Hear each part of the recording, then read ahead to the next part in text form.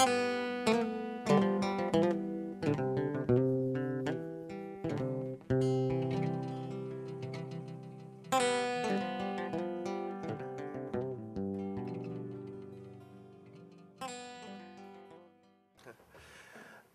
like to welcome everybody to this event. My name is Pius Adesanmi. I'm a faculty member here at Carleton University, and I'm with the Institute of African Studies. I'd also like to thank the organizers, the Institute, the Center for International Migration and Settlement Studies, and of course the School of Social Work. Not only for putting this together, but for being able to assemble this very impressive cast of speakers.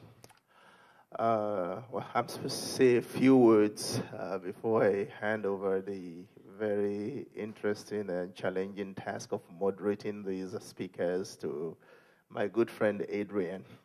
So I'll do just that.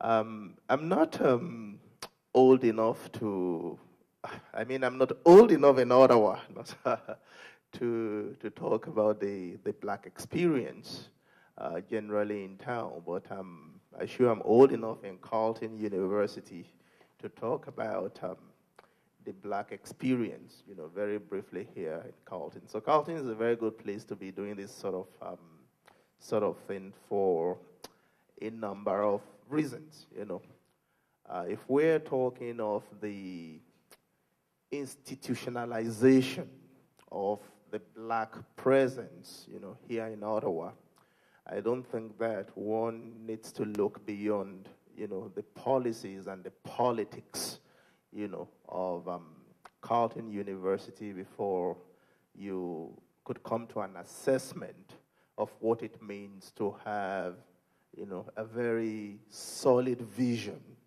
of where an institution of this nature should be going with Black studies and how it could enhance Black studies.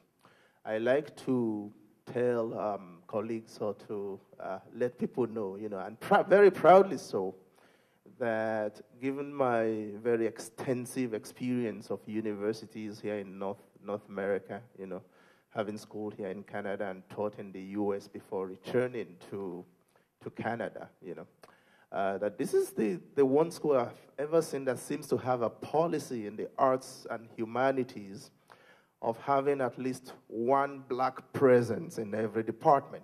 It's either a Black presence or a continental African presence, because we have a very broad spread, of Africanists. And the second point I like to make is about the hidden secret, the best kept secret of this school in terms of our library. And I like to call it, it's a small library, comparatively with other universities. But if you're coming in from the perspective of Black and Africana and African studies, it just stands out.